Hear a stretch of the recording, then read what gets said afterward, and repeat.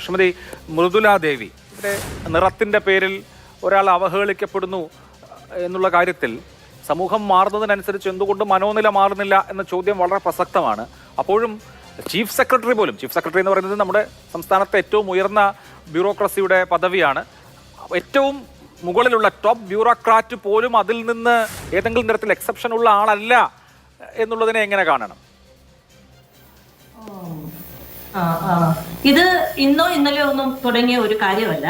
ഈ ഇത്തരത്തിലുള്ള ഒരു അവഹേളനവും ഇതിനകത്ത് പ്രത്യേകിച്ച് അത് സ്ത്രീകളാകുമ്പോൾ അത് കൂടുതലായിട്ടും അത്തരത്തിൽ ജെൻഡർ ഇതിനകത്ത് വലിയൊരു വിഷയമായിട്ട് വരുന്നുണ്ട്. ടോപ്പർ പദവിയിലേക്ക് ഒരു ടോപ്പ് ഒരു പൊസിഷനിലെത്തിയ ഒരു വ്യക്തിയാണ് മാഡം ശാരദ മുരളീധരൻ. എങ്കിൽ പോലും അവർ പോലും ഇതിൽ നിന്ന് ഒട്ടും മാറ്റി നിർത്തപ്പെടുന്നില്ല.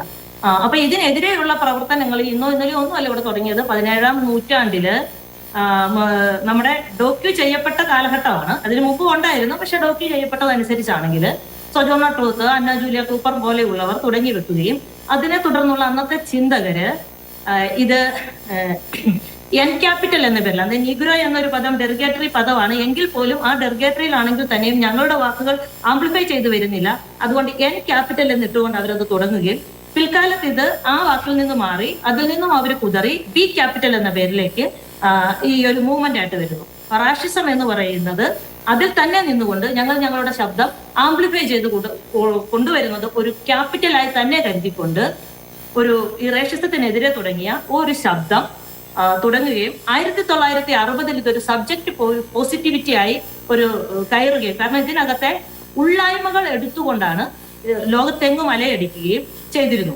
അപ്പൊ ടോണി മോറിസണെ പോലെ ഉള്ളവർ കൊണ്ടുവന്ന ഒരു കൾച്ചർ അനുസരിച്ച് അമേരിക്കക്കകത്ത് അന്നത്തെ സിനിമകളിലുമൊക്കെ കറുത്ത വംശജരെ കൊണ്ടുവരികയും ഈ മീഡിയ ടെക്സ്റ്റൈൽസിലൊക്കെ കറുത്ത പ്രതിമകളൊക്കെ കൊണ്ടുവെക്കുന്നത് അങ്ങനെയാണ്.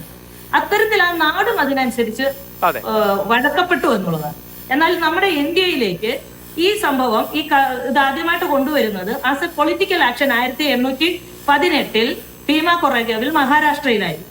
അത് ഇവിടുത്തെ ദലിത് സമൂഹങ്ങളാണ് അങ്ങനെ ഒരു മൂവ്മെന്റ് കൊണ്ടുവരുന്നത് ഫസ്റ്റ്. പിന്നീട് അത് കാലക്രമേണ ഇങ്ങനെ വന്ന് ഇത്രയും ഒക്കെ പഠനങ്ങൾ നടന്നെങ്കിലും നമ്മുടെ കരിക്കുലം ഇത് ഏറ്റെടുത്തിട്ടില്ല, നമ്മുടെ സർക്കാരുകൾ ഇത് ഏറ്റെടുത്തിട്ടില്ല, നമ്മുടെ മാധ്യമങ്ങൾ ഇത് ഏറ്റെടുത്തിട്ടില്ല. പക്ഷെ പൊതുജനത്തിന് ഒരുപാട് മാറ്റം ഉണ്ടാകുന്നുണ്ട്. അപ്പൊ അത് ഈ പൊതുജനത്തിന് മാറ്റം ഉണ്ടാകുന്നത് കൊണ്ടാണ് സത്യഭാമയുടെ വിഷയമൊക്കെ വന്നപ്പോൾ അവര് അറൽവി രാമകൃഷ്ണന്റെ കൂടെയൊക്കെ നിന്നത്. അങ്ങനെ ഒത്തിരി മാറ്റം. ഇപ്പൊ സൈനോര തന്നെ പറഞ്ഞിട്ടുണ്ട്, സൈനോര ബൊക്കയുമായിട്ട് കേരള കുട്ടികളുടെ പേടണം എടുക്കുമ്പോൾ സൈനോര മാറ്റപ്പെട്ടു നിന്ന കാര്യമൊക്കെ നേരത്തെ പറഞ്ഞതൊക്കെ ഞാൻ വായിച്ചിട്ടുണ്ട്. പലപ്പോഴും ഒരു ഉടലിന്റെ രാഷ്ട്രീയവുമായിട്ട് വന്ന് അതിനെ ഒരു സൗന്ദര്യാത്മക വിഷയമാക്കി മാത്രം കണ്ടുകൊണ്ട് മാറ്റി നിൽക്കുകയും അതിനെ കൃത്യമായ രീതിയിൽ അഡ്രസ് ചെയ്യുവാൻ ഇന്ത്യൻ പൊതുസമൂഹത്തിന്റെ ഒപ്പം ഇവിടുത്തെ മുഴുവൻ സർക്കാരുകളും കരിക്കുലവും അതുപോലെ തന്നെ സർക്കാരിന്റെ എല്ലാ ഏജൻസികളും അത് മാധ്യമങ്ങൾക്കകത്തും ആ മാറ്റം വരുമ്പോഴാണ് ഇതിനകത്ത് സമൂലമായ ഒരു മാറ്റം ആവശ്യമാണ് എന്നുള്ളതാണ്. അപ്പോൾ ഞാൻ അങ്ങയിലേക്ക് മടങ്ങിയെത്താം. ഇപ്പോൾ